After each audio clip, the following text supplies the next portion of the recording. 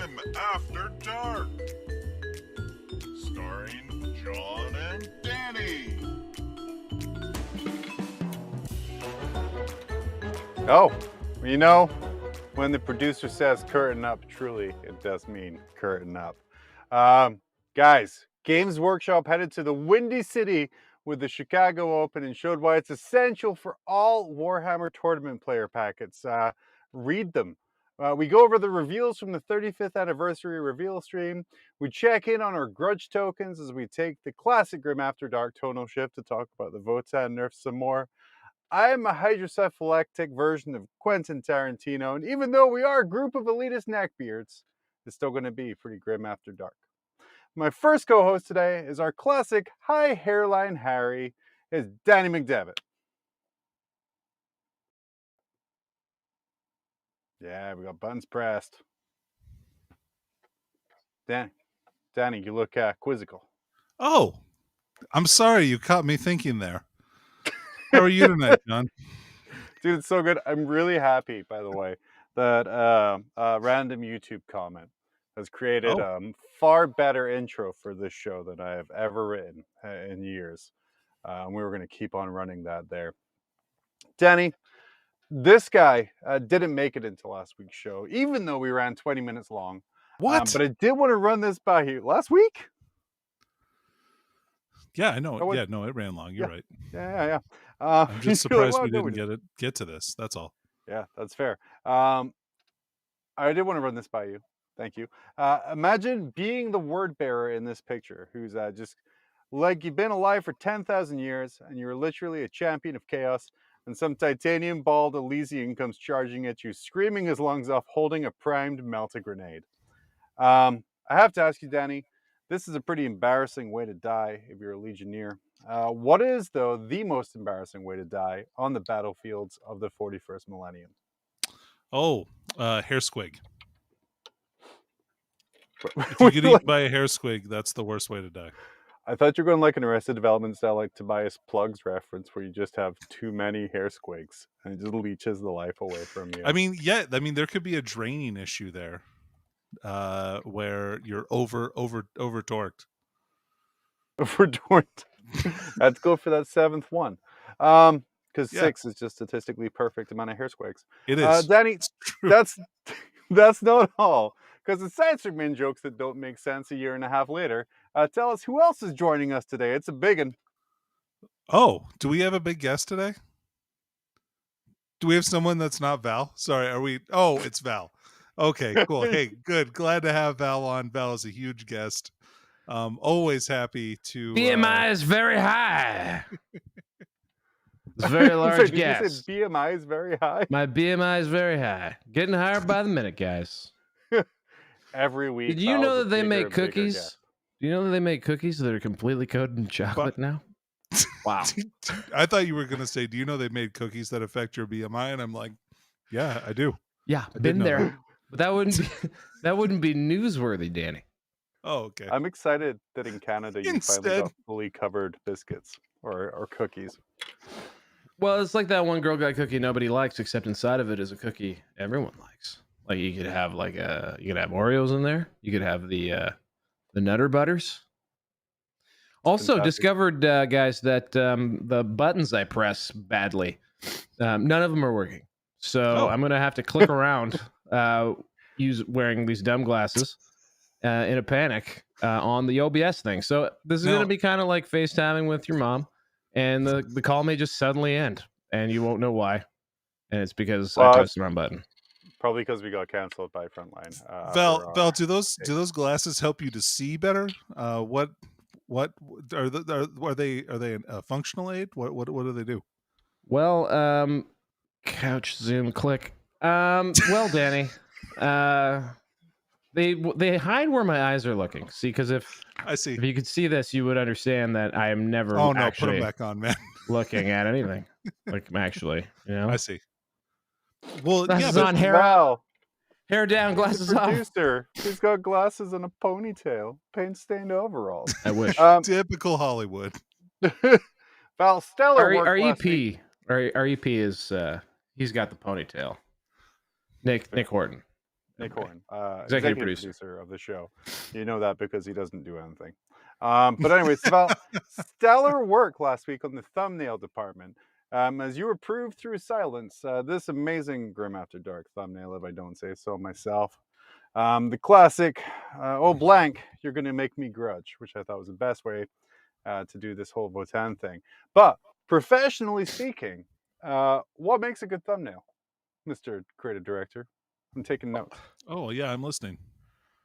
I believe last week I speculated that it was something that makes me laugh, which is boom, boom, boom, boom. Actually, I used to have a sound effect that did that, but again, don't know what buttons do anything. I have no idea, man. I honestly got no clue. It seems to be some version, like some sort of mix of like a host going, and then like a question. Mikey Herbert, who, by the way, is a fan of the show, #1 big time fan. Oh, he's in the secret Patreon. If you want access to it, it's only $5 a month. We'll send you the link. Anyway, if you want access to it, please create us a Patreon and set everything up and send me the money.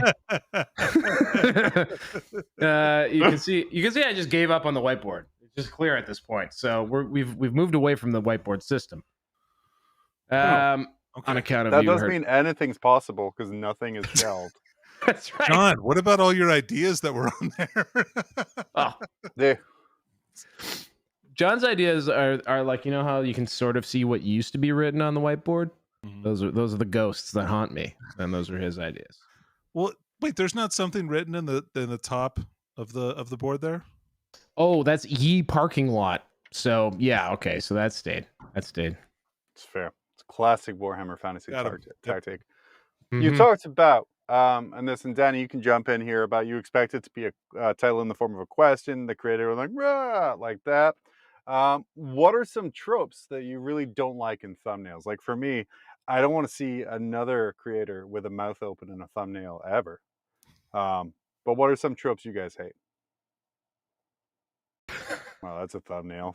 That's 4 good. minutes and 7 I think we got that one. I think we could just use the same template from last week. Amazing. Already done. Yeah. Oh.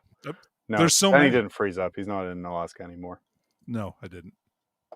But yeah, what do you hate? What makes you go to look? Danny, you're a man of like impotent rage. What do you hate thumbnail wise when you're going through the YouTubes? John, it's pronounced incandescent, but normally when I become inflamed, I'll put it that way. It's the rheumatoid arthritis. Yeah, it's exactly like, I know it's gonna rain tomorrow and my knee swells up. And then, but mostly it's when I look at things like, for instance, Phil the Glacial Geek has done the last 2 weeks. He's been experimenting with this thumbnails. So if you look at what he's done, don't do that. That stuff is bad. Phil, I'm disappointed in you. Phil is the original guest of our show. That's true. And dude, it feels like one of our oldest friends too. I feel like I don't get the sense that he watches, guys. Do you think Phil follows along? He does not. He absolutely does not. No, he's got. We should load up, his young YouTube page. We can critique his thumbnails for him. Yeah, totally. Just so you know, while Val's doing that, I'm going to distract him with another thing here. Please do. On YouTube, the thumbnail and title actually appeared as this next slide, which if you want to throw up there. You didn't get this joke. It's blank. You're going to make me keep hovering to play. I get the joke. It reads along the bottom now. Thanks to that old YouTube overlay. I get the joke now. That's a good joke. Oh, that's good. So that's great. And I think we just got to move that in. And speaking of like just quick boardroom meeting here, guys, we'll work that in more. Something keep hovering to play. We'll keep moving that in. Yeah, that assumes that someone's hovering. I think that joke only works for the checks notes 0.001% of people that consider watching this show upon seeing the thumbnail. Checking notes. That's just looking at our algorithm statistics. Yeah, well, that would be where the notes come from. What do you think? I just make this stuff up? Think you get these sunglasses just pulling this out of my butt, do you? Yeah. Yeah, that's true. It's the sunglasses mean we can't see what you're thinking. Moving on. Fun times. Where are we here? Read. Perfect. All right. Hey, This guy here, let me explain to you why I, a fat North American with bad knees and a poor disposition, and I Go know on. it sounds like we're talking about me, but we're actually not, would defeat Surprisingly. Karn the Betrayer. You may be surprised to know that I am many times larger than he is. And he is also an inanimate plastic model. I will simply step on him. My immense weight will be enough to crush him into tiny pieces, while my bad knees will ensure that I stumble while in pain from having spiky plastic pieces of my foot. This will cause me to fall down and deal a second devastating blow to the small and puny Karn. At this point, there will have been so much destructive force applied to Karn that he will have surely turned into dust. I will then take the opportunity to snort the Karn stuffs. While I'm writhing in pain on the floor, he will cease to exist, and I will be victorious. Before we get any further in that, so any thoughts on this battle strategy here? I mean, I think it's horribly unrealistic. I don't think he wins. I mean, by math. Well, I mean, By please math. continue. Share You know your how many work. attacks Karn has? Did you know he gets to fight twice? So while you're falling on him, he's fighting once when you step on him, and then fighting again when you fall right on him. Now, I don't know if this guy's foot is going to absorb the tiny pieces of spikes into himself that Karn is going to break off when he dies, but he might be broken, but he's not defeated. Not defeated. No, I will say Karn in this case is probably a Chinese version of Karn, so will smash into dust. However, that dust will fill your lungs with deadly chemicals. And give you cancer. Yes. Val, has there ever been a model you accidentally destroyed mid-game? Mid-game? Mm-hmm. No. Drop it into oblivion, smash it out of rage. No, but I remember going to my first RTT ever with a dear friend of mine, former captain of, former coach of Canada, Conrad Motika, dear friend of mine. And by the end of the tournament, his Wraithlord was just a single leg on the on the base, and it was just I still have a photo of it somewhere because I think it's really funny. It just makes me think of like trying to play Warhammer with the lamp from A Christmas Story. Classic. So Pretty stomp good. it right there. Danny, what about you? You ever destroyed a model mid-game? Oh, no. But I have had one of my models destroyed mid-game before. I was Oh, I there. wouldn't That want to was be that guy. hilarious. Oh, it was really disappointing. My friend killed it with his ass. Where'd you leave your model, Danny? Where did I leave it? On top of a 4-foot table, and this guy's dummy thick cheeks when he turned just knocked it right over and onto the floor. My bloodthirster, and it broke into a million pieces. I had to pin it back together. It was terrible. Old metal one. No, it was No. plastic. Damn. It was a brand new plastic one, and the best part was the main break was at that tiny little whiff of contact point between the foot and the flame on the bottom. Oh So man. no matter what Danny did, this was like round one of an RTT as well, Yep. which he had to use that bloodthirster at the rest of the day. Well, Um, John, the funny thing was I was playing Khorne Demonkin, and I just summoned this thing onto the table with blood tithe points, which takes a minute to get there. And so like I was Like ready to play in-game with my time new as well. toy, and then the TO, this guy's the judge. So I can't even be like, real mad. Like I can be kind of mad, but then if I, overreact, just toss me out of the event. There's so many deep cut references that you just casually tossed off there. 1, Khorne Demonkin, RIP. Trigger warning on that one. 2, blood tithe points. Which a mechanic that do we have a relative of blood tithe points these days in the game? I don't know. Not in 40K, but in AOS, very common. You have those kinds of like point systems that you get points for doing stuff. they were like grudge tokens, but instead of victory points, you got models. Yeah. For the There you record, when Khorne Demonkin went away, and a dear friend of mine who basically only listens to metal and loves Khorne, both KHORNE and however you spell the bad rock band. LIMPBIZKIT. No, the co-headliner, Khorne, KORN. Anyway, he was heartbroken. So heartbroken he wrote Santa Claus, aka Reese Robbins, and was just he was so brokenhearted that he felt the need to write a missive to Reese Robbins, to which Reese incredibly thoughtfully replied. And I assured this person that that don't worry, obviously they're going to make a World Eaters book, and boom, presto changeo, 6 years later, we have a mere 6 years later. 6 years later, we have that corn. Think of all the things he could have done with his life in the meantime. Instead, he started other armies and all that kind of stuff. He could have been like, I don't know, he could have gotten like an English degree or something by now. God, yeah. I think the important thing to remember here is whenever you ask Reese something, you just have to wait 6 years for it to happen, and then it'll be a thing. So get your requests in early and often. The best way to get to him, by the way, is using the affiliate link in this chat to purchase things. Thank you so much for writing me. I am sorry about your feelings about the corn blood tithes. I assure you it was nothing personal.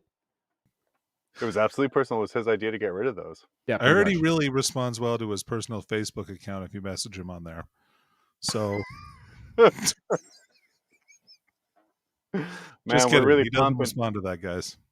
We're it was pumping, probably just hard. sandwiched in between a customer service request. Yeah, that's true. He had no choice but to respond. Checkmate, Reese. Got him. Here's the deal. Would you guys play a version of 40K that would have you destroy your No. model literally when it's killed figuratively? Sorry, what? For the audio listener on the podcast, as Val often berates me for not including more. Val, you've been doing some good described listening, I gotta say. So far in the show. a late 80s Jack Nicholson impression in the middle of our screen right there. It's about 20 finger guns. Mm-hmm. Because what would it take for you guys to play that game? 40K? Where your models are destroyed when they're killed. Just take a hammer out, smash, gone. Oh, pre-painted models. Then I'd be down. No. It's your Necron army, Danny. No, I won't play that. I won't play that game unless you're gonna pay me for the army ahead of time. Cash up front, but that sounds like pink slips. So I don't know, a lot of money riding on it and an inability to control my gambling. Yeah, that would probably be what it would take. Guys, real happy to say that our sales tactic worked. Big Papa SC on Twitch letting us know I'll buy a sub for everyone if Val never does that again. The double finger guns? Double finger guns. Yep. We're going to keep on finger gunning. In fact, that's our new outros. We're all just going to finger gun at the same time. Finger blasting, if you will. Yep. Level, yeah. Wow. Moving on here from the finger blasting. It was Games Workshop. Well, not entirely away from the fingers, actually. It was Games Workshop Open last weekend. Oh, good. Art of War let Jack Harpster win this time as he dominated the field with his Harlequins. Supported, of course, by the infamous man himself. In this slide here, Mr. Nick Nanavati on commentary. Yeah, that's right. Nick, yeah. I don't know enough about competitive Warhammer, but I'm ensured that is Mr. Nanavati himself. Guys, on a more serious note, Jack Harpster is seeing amazing success this year at GW events. Why do you think that is? It's the Grim After Dark bump. Yeah. I mean, ever since he was on this show. Ever since we had the Nova champion on. Yeah, when we had the Nova champion on here, it's been no looking back, really. I mean, he was already possibly the Nova champion, but post that. It was actually literally it was a title that drew him. He was a Nova champion. It's true. He was a champion of Nova. Yeah. That was all our work as he. And it's a charitable thing, so aren't we all champions of Nova? Yeah, I think so. No, we are not. We're not. How are you guys seeing? So this is year 2 of the GW Opens and Mikey Brent bringing the competitive scene back to the US. How do you guys see them going so far? Have we seen improvement year on year? Are we kind of seeing them as the kind of event that you would want to go to competitively? Danny, I know you're in Real America now. I think it's going pretty well. Except for their tiebreaker scoring. That's funny. Also, I would say they've done, I think, exactly what I think they would have hoped to have done, which is they've just sort of slotted into Whoa. They slotted into this spot that was previously unoccupied, known as the Premium Warhammer 40,000 event. And AOS and Kill Team and Laser Tag. So like it's I think they're now. Was there laser There's- tag there? I'm this sorry, they weekend? had laser tag. I don't know if they take the laser tag to the US Opens, but Mike Brandt created something called Kill Team Live, Oh, which is wait. which is laser tag with 40k cosplay weapons. It's actually, not gonna lie, sounds like it might be fun, but I'd rather make fun of it. No, see, we can't make fun of that because that sounds legitimately amazing, and I want super. to know more Shut about up! that. Shut up! Okay, yeah, it's cool. Okay, it's laser Can tag. we expect to see some? is laser tag ever cool? Like, okay, hold on. Let me rephrase that question. Is laser tag ever cool after you're like 15? I don't know, but it was fun, and they had the smoke effects in there and stuff, and cool. I don't know, it was good. And also, I lived sort of like there was no paintball places when I was growing up. We didn't have airsoft in those days, so like laser tag is what we had, and we loved it. But Yeah. I'm pretty sure it died with the suburban mall in roughly 2006, but not in the heart of Mike Brandt. Nope, he brought it I back, will and it's say, cool. So though- yeah, No. there's one side has orc bolters or cool. shooters, and the other side has las guns. So you like have like big cosplay guns, and you run around players' day. So I don't know if it goes to US Opens or not, but it definitely goes to like when they go to big trade shows and stuff, like when they're at Gen Con. And Yeah. I'm out of breath somehow, but yeah, I will say they're no longer the allowed to do BMI. it in the U.S. BMI, bud. After the close combat phase of the last laser tag event was a bloody and disastrous affair. Yeah, But to answer your QZAR question- did not let them do it again after that. How did we license ourselves to this? You guys looked into Warhammer 40,000 before? We had This a is not the successful family brand. values of QZark. I would, so just to close this out, like straight up, I really loved the format, which was, I guess, a modified version of the Nova format. I think it's really, really great. But US Opens are also, they got the full force of GW behind it. So obviously, all the terrain is really pretty. It's laid out really well. It's run really tight. There are some really key contributors on their team, because I was doing their stream last year. There's real massive contributors on that team. All TOs work hard, but man, that group works hard to put those events on, amongst other things that they do that aren't tournaments too. So yeah, I think they're doing really, really great. And you hear that too coming back. I don't know about you guys, but people I know who've been to those events consider them really well run and a lot of fun. I love the pod system; gives everyone something to shoot for. All I kinds was of good definitely stuff. going to ask, bring that up there, and Danny, what do you think of the pod system? Because it's been going on at Nova for a while, obviously, but most of the events that we've been kind of privy to haven't necessarily used a pod, and GW is kind of bringing the pod to the front. I haven't done it yet, but it kind of, I think it helps you to stay in the tournament. I think it helps to prevent drops. I don't know what like the statistics are on that, but I feel like that would help. Like that definitely helps to prevent people who are like, well, I lost a game first day, like I'm out, I'm not going to play anymore. Now this kind of gives you a reason to stick around to see if you can win your pod. Now, it's actually twofold, Danny. There is actually a bit of a motivation there to encourage drops, because there's this is actually something Mike has always kind of advocated, is like, if you don't want to play on the last day, you want to go see the city we're in. Go see the city. Like, you don't have to play Warhammer, or you can go see the other stuff that's going on at the event itself. I guess the idea is that it's like, it doesn't hold you there, but if you are there, there's something to go for. I think the biggest problem with pods, honestly, is that people don't get what it means and like how they work. And fundamentally, what it kind of is you take the first 4 rounds to seed the second 4 rounds of the event, right? And I think that's better than what we got, which is no seeding whatsoever. Right. Yeah. I do find it's unique that you're saying GW competitive, like match play head honcho Mike Brandt does not want people to play Warhammer the last day in his events. No, he doesn't want people to feel obligated to show up, and I get that. I've never really gotten the whole stigma to like dropping for the last day or like leaving to go home. I don't know. Am I missing something? Like why is Denny, that so bad? what's your take on this? Because we've given people a hard time for dropping before. I mean, yeah, it's cowardice, John. That's what everybody is against. It's cowardice. So, but no, like the whole point of it screws up. I want to so much see stuff. Oklahoma City. Okay, like don't hold me back. Do you, though? I want to see whatever it is there is to see. That's where the next one is, right? Oklahoma. I don't know. Is it I really? do know that Oklahoma is the taint of Texas. As in taint, Texas. This taint Texas. I love, by the way, that all my jokes are just dying tonight. That just fills me It's with the BMI again. Even more, it's the BMI. Better make it funny index. That's not that thing at all. Never mind. Moving on, guys. There was absolutely no controversy as a tiebreaker to get into the top 8 was decided by this. And Danny, for the benefit of the audio listener, please let us know what we're looking at right here. Okay, no, this is really important, and let's talk about the things you see in this picture. There's a lot going on. Going from chat, please call out anything you see from left to right. First, we can see an Art of War member. Who is that?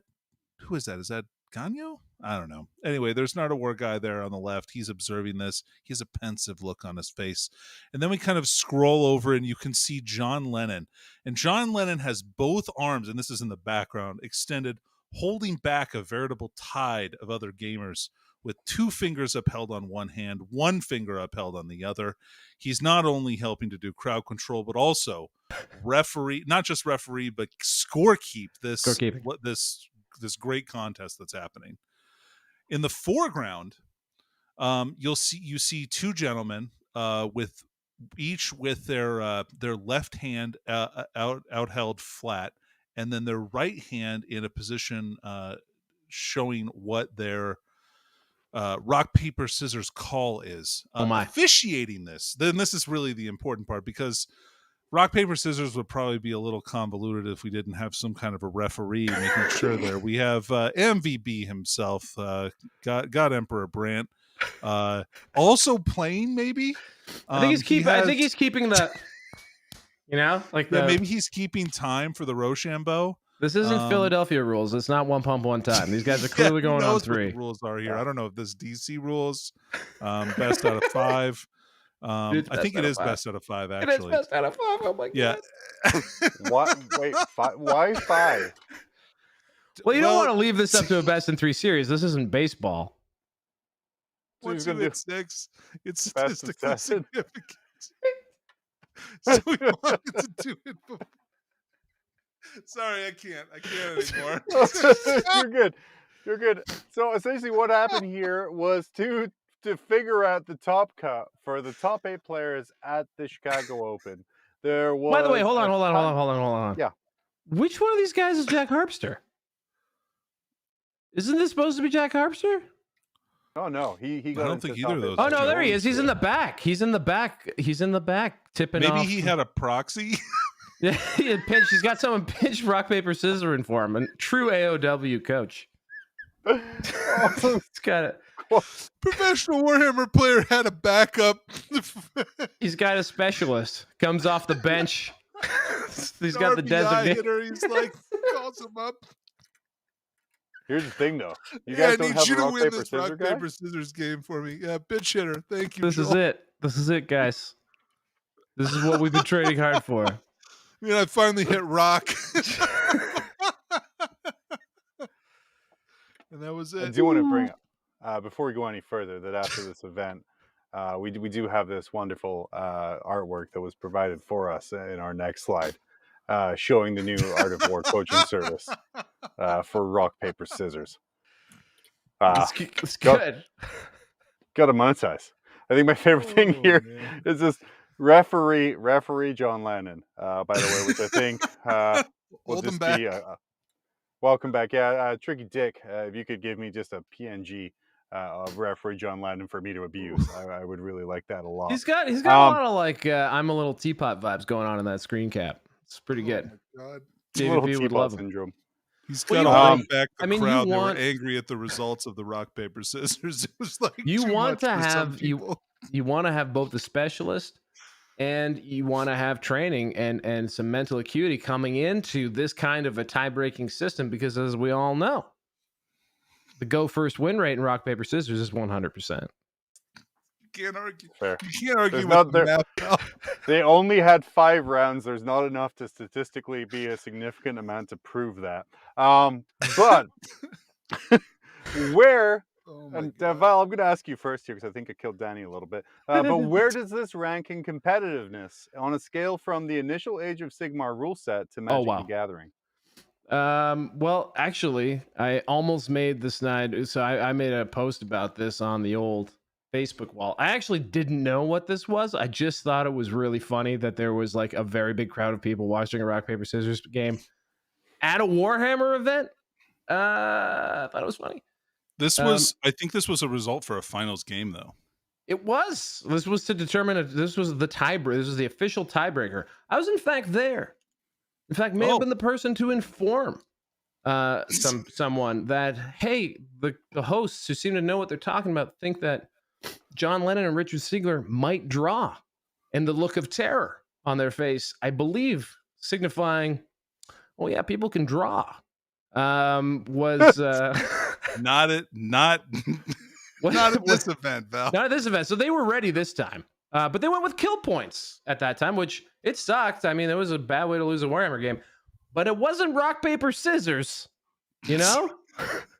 I think there's lots of examples of contests, of sports, of situations where we do use a rock, paper, scissors like mechanic, which fundamentally is just kind of random chance, because like a shootout, penalty kicks, you know, in football, you have a really now convoluted overtime process or whatever. But the thing is like they at least go through some sort of circus, some sort of pageantry to make it look like it is in fact the game that generates the result, not just some random arbiter of chance.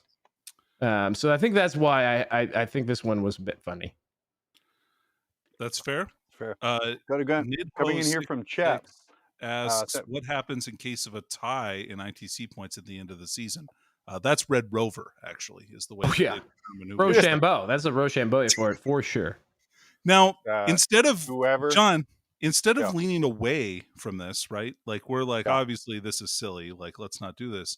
What if we leaned further into it? Like, Danny, what if we used rock, paper, scissors for things like who goes first?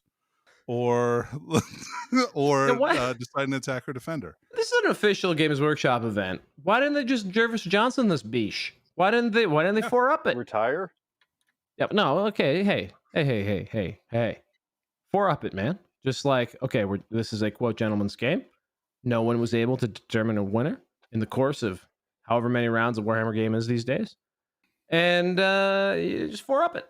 4 rounds. It's 4 rounds. What would feel worse as the player, not making top 8 because you lost at a game of rock, paper, scissors, or like not making top 8 because you lost 1 dice roll off?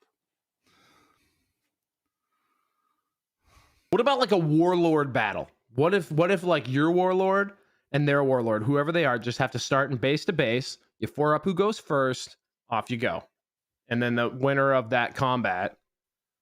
Can you win combats in 40K? I don't know. I got fantasy going on here, but like, you know what I mean? Like maybe that you could have like a warlord duel. I mean, like on one side you would have Mortarion, Lord of the Death Guard, Demon Primarch of the 9th Legion. On the other side you would have a company commander, right? Of the Astra Militarum. He's called a Castellan now, John, as per the Warhammer article today. That's fair.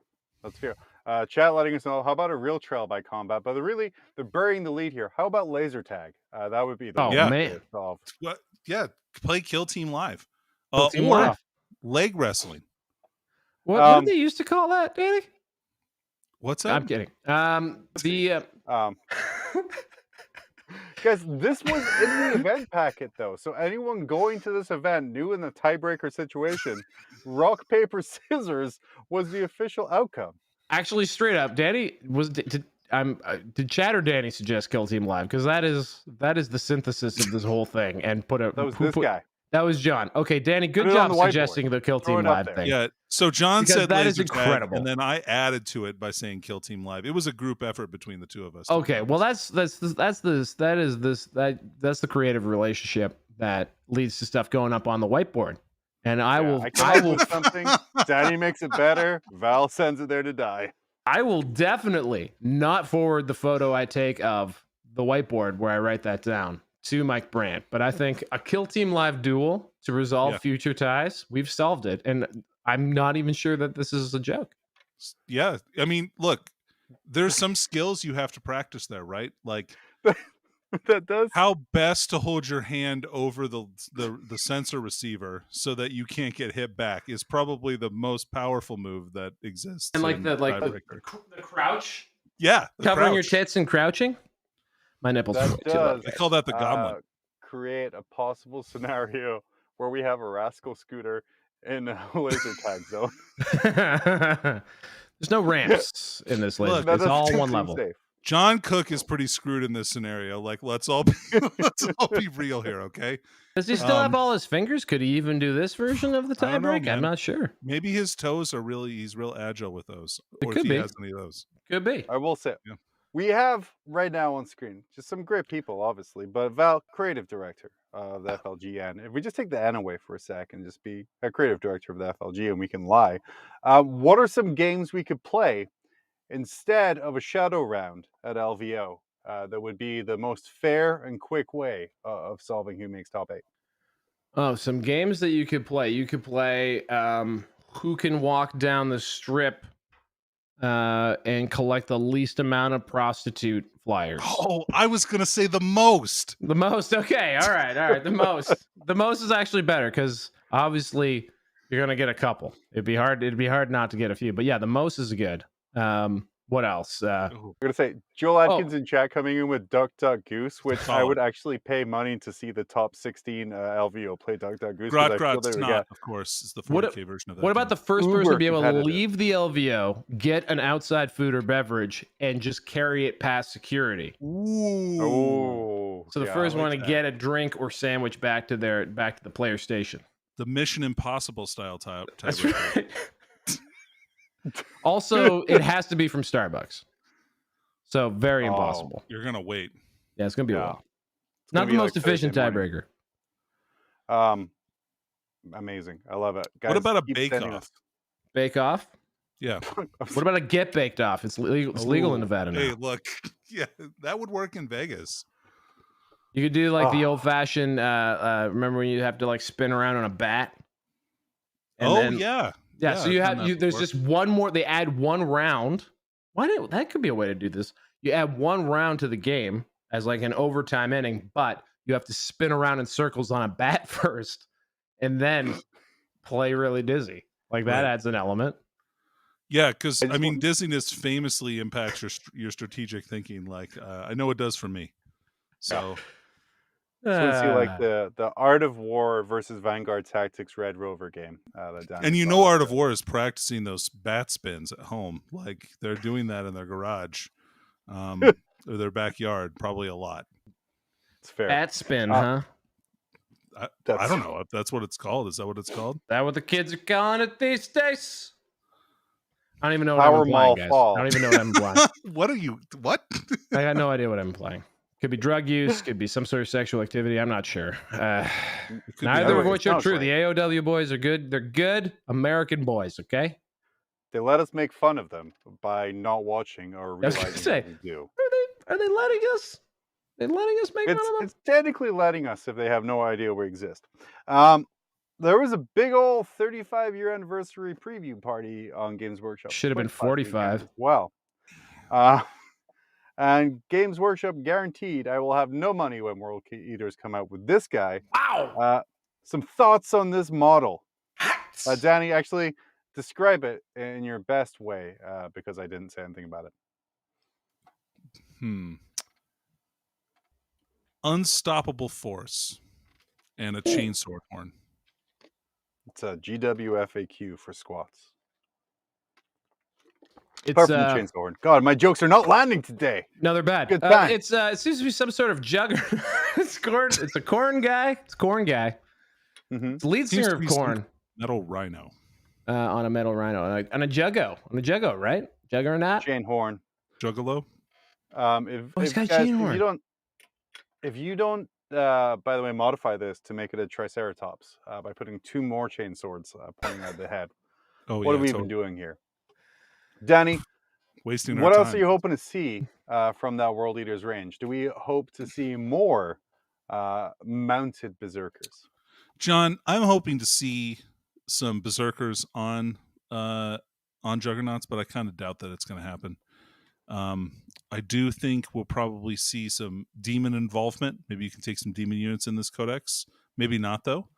It talks about this guy leading Juggernauts, like Skull Crushers, or Blood Crushers. Sorry, not Skull Crushers. Oh, this is just one guy. This isn't a unit. Yeah, he's a hero. Oh, that's bullshit. What?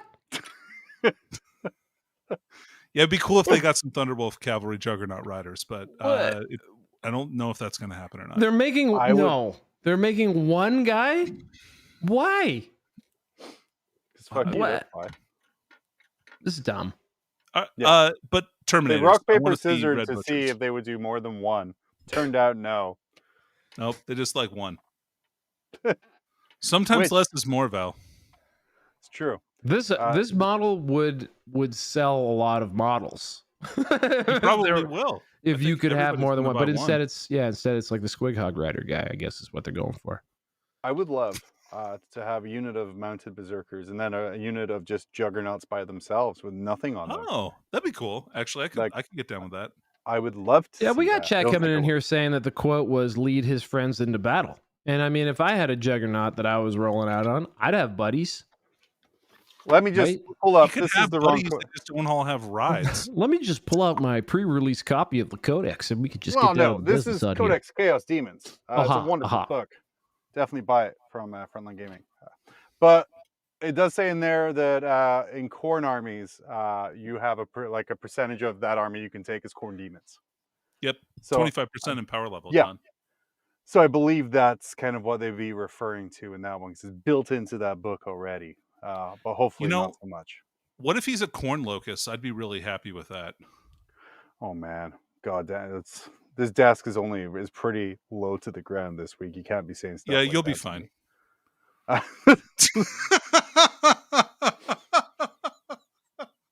When I fail at making jokes, Danny steps in and just makes all of the great jokes. Boom. They're also jumping in with the next campaign book series with Arcs of Omen, where spoilers Abaddon, and this is a joke stolen from Evan Valdag, but decides to turn into grim dark opera and give everyone a Space Hulk in the next part of this thing. Guys, thoughts on the campaign books? The main thing coming out of this is there's going to be no new match play rules in the campaign books going forward. We did it!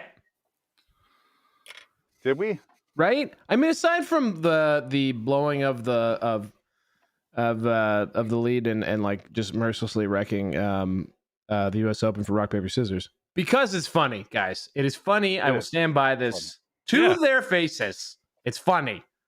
Here, and also it can be really easily gamed. Just always throw what your opponent did last. Because mentally, they're not going to do the same thing 2 times in a row. Or will they? And in that case, it's still a draw. Clearly, you never rock, paper, scissored against old Val over here, pal. Definitely didn't scissored. Oh, yeah? What's your move, Val? I don't know. A lot of eyebrow stuff. Can't tell because of the glasses. Oh. You know? Stop telling. Now you're saying. Okay. That's pretty good. No, but what I was going to say is, like, I think they're starting to coalesce around an attempt to be more of a respectable games company in, like, I feel like the past few days. And I think that's wonderful. And the reveal kind of reinforced that a bit by saying that, hey, turns out you guys don't like a bunch of books that you have to buy for like 1 page of bullshit. So we took the page of bullshit out. So buy the book anyway, please. Which is going to be a double-edged sword here, guys, because no one's going to buy this probably, or very few people will. And then they're going to start putting rules back in them again because no one buys them. They don't understand that they could just sell us subscriptions for the rules. So in all honesty, I never really minded having to buy the book for a few pages of rules. I was fine with that. It didn't really ever bother me that much. Do you think though that the issue comes to be not necessarily like the financial part of it of having to buy the stuff, but sort of the rules blow? Like for an example, we're sort of coming back to the good old days of 6, where I was running my Tyranid army in 6th edition, and I would have Codex, Imperial armor, virtual data slate, other data slate, all kinds of other stuff there. Val, you're making hand gestures. It's not about the money. They can have the money. It's about the annoyance. It's about being annoyed about A, having to get a book, and B, having to use that book somehow. And then see that book, I got to recycle it like 6 months later. It is dumb. And that's really what it is for me. Is it's dumb. It's a bad way to do it. Yeah, I think part of this has to do with like a lack of digital rule output. Like if they were actually have an application where this stuff was updated in, then it would be less onerous. And maybe this is foreshadowing. Perhaps. Yeah, maybe. Perhaps 10th edition will go to some form of digital rule set. Dare to dream, perchance. I think that would be great. I really like these little updates though, because they keep factions fresh by adding new stuff to them that they didn't have, kind of like mid-edition. I think it's a really good, good vehicle to carry that. Well, a lot of folks talk about how, you can't possibly have like everything release at one time. Of course you can. You would iterate with like that, with either a book or a widespread rules release that adds stuff, expansions, if you will, to whatever the core is. Yeah. So if 10th had a nice tight core, which this is kind of what they've been doing here, guys. Like again, a little bit of kudos. I don't know where it coalesced from because they went way into the wilderness for a while. But I'd say in the last 6 months, like since this balanced data slate stuff and the seasons have started rolling out, they seem to be getting a little bit more, I don't know, what's the word, modular with their rule sets. They're like planning out the obsolescence of the current rule set. It's not like a, how long is this going to be good for? It's like, no, it's good for 6 months, and then we're going to change it up. And they're also they made points digital. That did happen. I think with that very little fanfare, which is fantastic. So maybe, they're seeing them come around to some very sensible practices, like charging me $20 a month for the rules. Like charge me $20 a month for legal Wahapedia. I will give it to you. No problem. You get Netflix money. No problem. Like way more than Warhammer Plus. Like, like the game. I'm going to say, please charge me $10 sales from the a rules month for all that. Say again?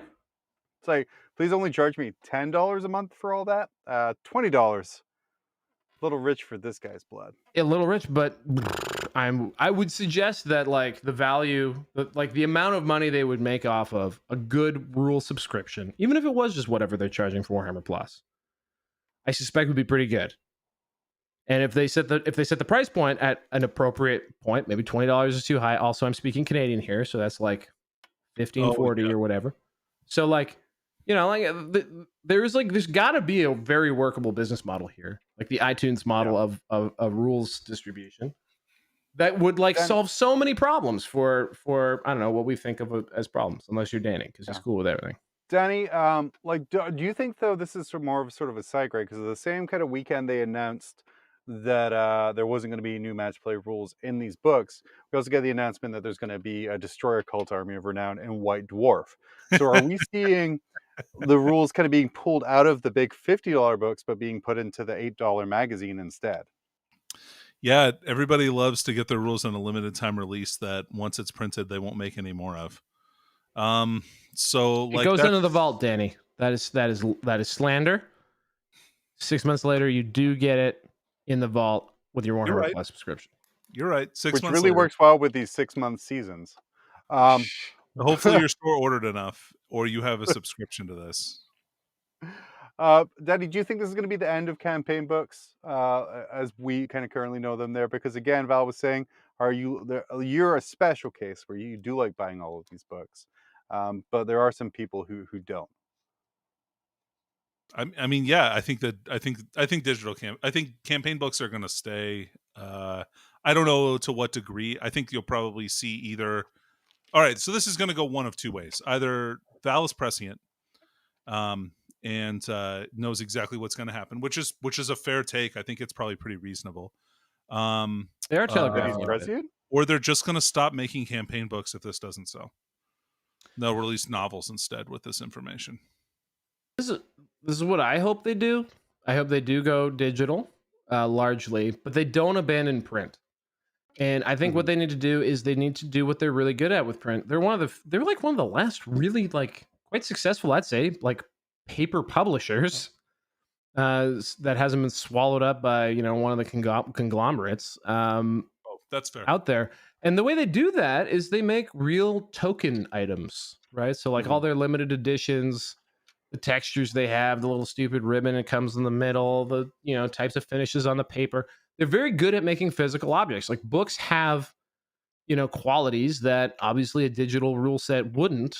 A book isn't as good at certain things as the digital rule set, but as far as having an object to like hold in your hand to look at and all that kind of stuff, when you divorce the two, now you can be really good at what print does and you can be really good at what digital does. And so they have the opportunity to make two way better products, because right now they have two pretty compromised products, I'd say.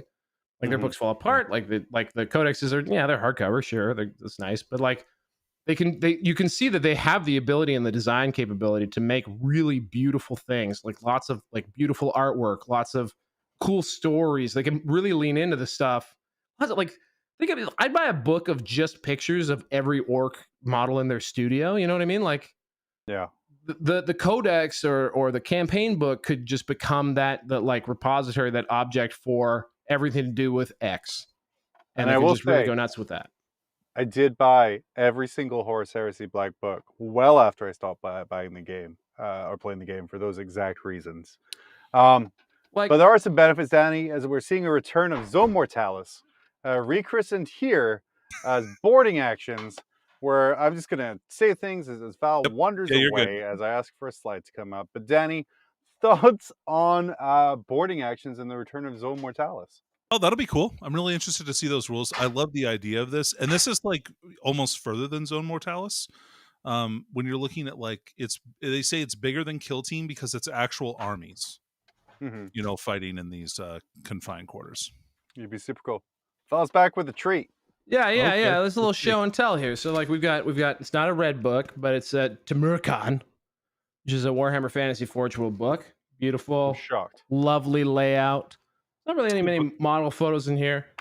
This was obviously this is the soup. It's a Forge World book, so it was probably pretty fancy when it was bought.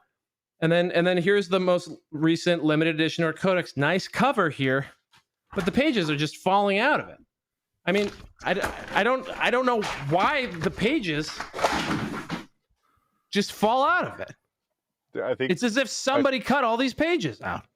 My favorite thing here, Danny, and you can correct me on this, is the fact that Val spent the past minute and a half appearing like a terrible actor in an infomercial about why a product is terrible and fixes problems.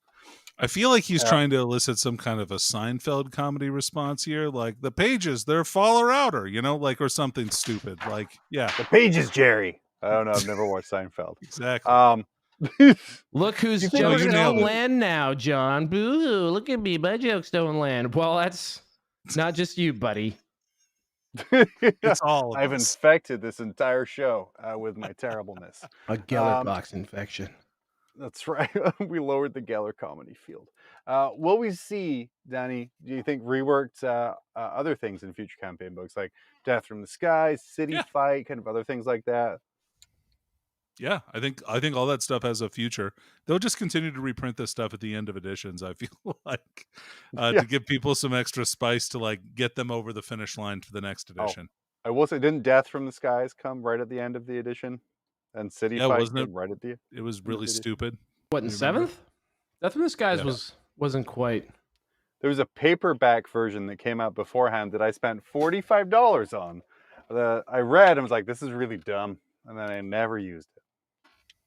I remember I wrote, in fact, one of the earliest pieces of 40K anything I did was a blog for Frontline Gaming, which was in defense of Death from the Skies. Oh. What? Okay. And it was not a good take. It was multiple bad takes. All in one. Man, it was bad. And then I carried on doing that in podcast form there on out. It was great. And I've been here ever since. Sorry, I'm just Googling here real quick. In defense of Death. Oh, yeah, okay. Guys. Online Cool. gaming Are we just shit. taking a break in the middle of this then to go do stuff? Because I could go like. You guys care if I organize my closet for a minute? Well, I mean, we can give you some tips because we can see it when you lean too far to the. There you go. That's good. Oh, here we go. He starts by saying, "Allow me to be clear. I have an inherent flyer bias. It's true. I love them, the and I own Dagger a Jet. lot of them." Yep. I had a lot of Daka Jets. I love the there's a formation of orc flyers called Commander Wingnuts Sky Armada, something like that. Anyway, it was fantastic. It wasn't No, the I Starship Patrol. no, those are the Storm Boys. Above, Oh, the dogfight phase actually fulfills a much-needed purpose. So Shut the let's hell. dispel Why some did I bring this up? misconceptions about it, shall we? You're It's hurting actually my kind of feelings. strange how completely misconstrued this all is. Yeah. It happens once per game turn, not Only player once. turn. Exactly. It can only ever involve 2 flyers. That's Let right. me point 2 out, flyers. everybody, that this is literally a separate phase of the game which required a different play surface. Yep. It was a terrible idea. It's perfect for tournaments. It was very easy to not ever use or think of or talk about, but I thought, no, this demands probably a good 2,500 words of exploration. You know, it was really cool, right? Because like my buddy wanted to use this a pickup game, and he didn't tell me ahead of time. And so I had 1 plane and he had 3, and he just shot me right out of the sky for no recourse. And that was it. I lost my flyer before the game started for no reason. Looks like he went rock and you went scissors. Yeah, Yep. that's true. By the way, everyone here in the comment section in this post from 2016, very Thank you. pro Val, agreeing with you a lot. Wow. Apart from Reese, who said, "This makes flyers worse, not better. You will see less armies with them as a result." Oh, that was wrong. Due to the fact that they have less versatility than they did. Wonderful. Ooh, Good times, anyway, everybody. Thanks for that little sidetrack. Now such you know what keeps Val up late at night, guys. Death from the skies. Definitely. And it's given me the horrible realization that all of this is on the internet forever for anyone to pull up for any reason. And that's why I'm Val Heffelfinger, everybody. Damn it. I should have done that thing. Well, Johnny Tuxedo. Quite coming. literally why. Okay. Continuing. Johnny Tuxedo here now, letting you know the guard are coming as the final big announcement from the reveal with a brand new model range, new everything pretty much coming out. Guys, thoughts on the new guard model range? All right. Most of them look great. That commissar is really bad. Where's the commissar? No, there's a separate picture of the commissar. He's not in the big picture, Val. Oh, I didn't catch him. Because the current commissar is pretty dope. Yeah, I but gotta this say. commissar looks like it's 80% legs. Okay. It's like it's. We all know Games Workshop models don't have like really good proportional legs for the most part. I would say, but this model may be pushing it to an extreme that, I'm not a huge fan of that model. I'm just at Warhammer Community, and I like that the Castellan has a very appropriate strategic rock instead of he's got more of a strategic brick than tactical rock, I should say, is what it was a joke I was going for. It's quite nice. They're at the point of putting tactical rocks under things just to mess with people, to see how many tactical rocks they can sneak. That's into what I their do. models now. It's fair. I will say the Castellan as well. You can just take the rock off. It changes literally nothing on the model.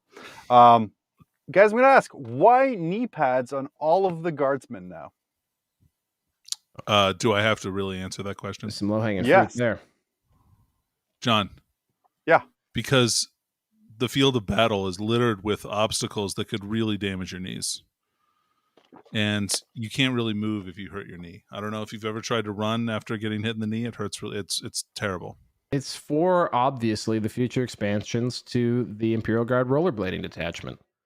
And that's going to be pretty awesome. I heard Love it. MVP, Mike Brand himself, pushing really hard to add rollerblades to the guard. So his working life even more exciting. They just the problem is that they thought that the wrist guards would be too unrealistic. So they scrapped the idea. It was too bad.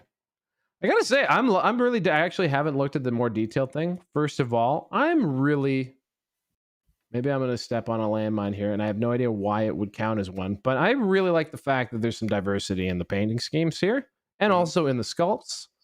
I think that's absolutely fantastic. We have a good mix of gender and ethnicity, which makes it to me look like humanity scattered across the galaxy. This is fantastic. This is also probably what like most militaries look like these days, especially like Canadian, US, and British ones.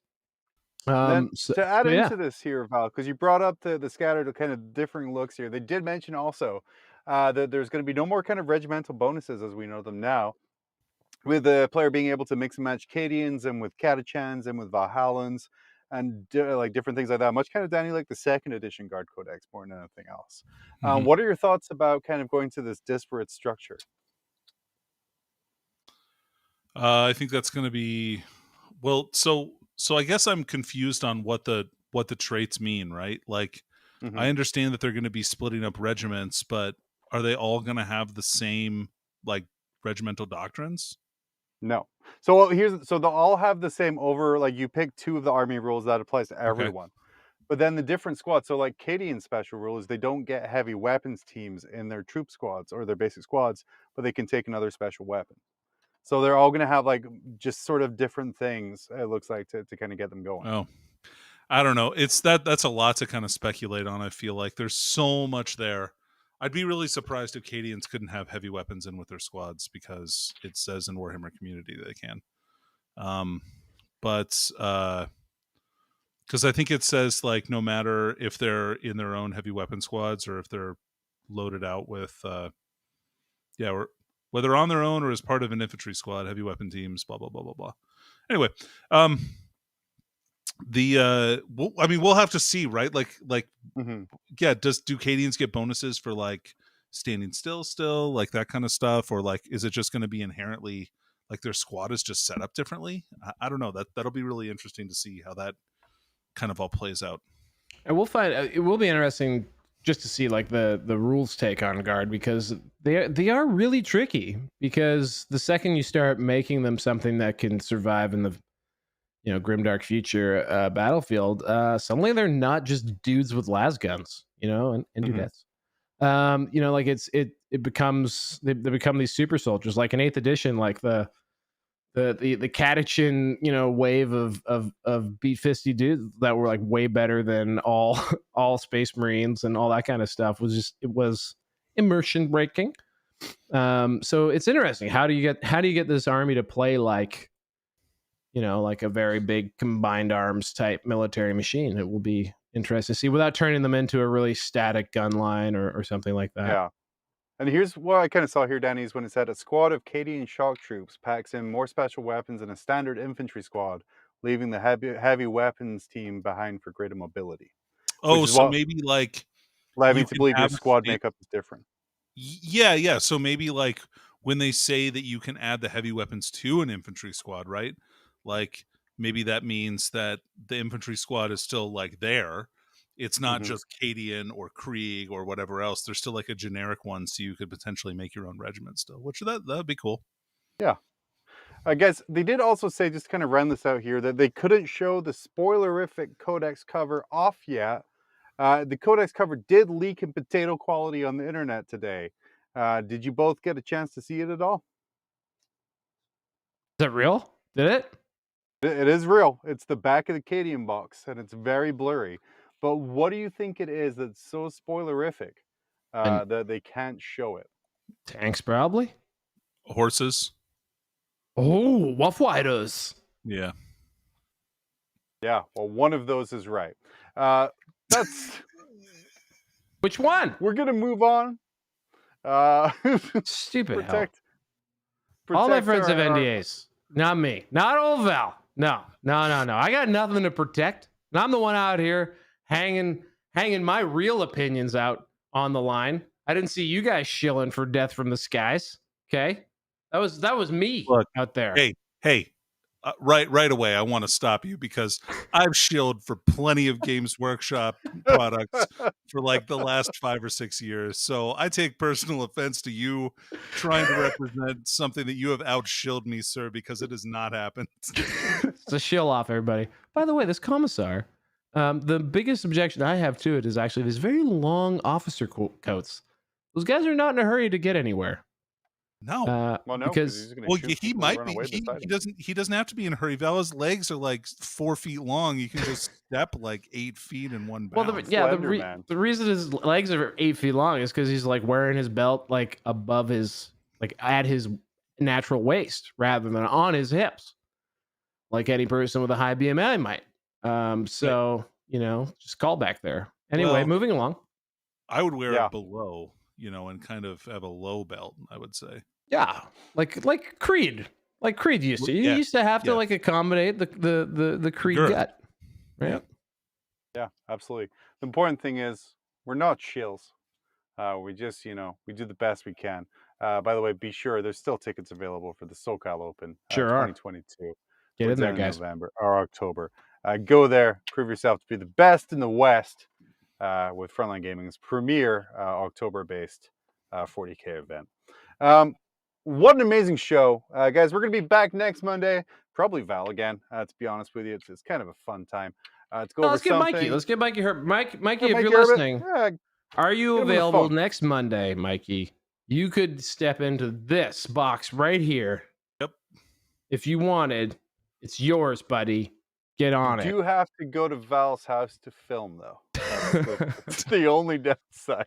Well, he would have to film it. Well, what time is it? It's 5 hours ahead of whatever time it is now. So it's very early in the morning, late at night even, for Mikey to join us in real time. So Yeah. we'll have to figure out how we do that. We'll figure something else out. We will. Joe Soray on YouTube coming in, let us know, how did I get here? WTF. And I can't think of a better way to end the show than that. Sorry, Joe. Sorry. Yeah. Thank you, everyone, as always, for watching. And as always, it's pretty grim after dark.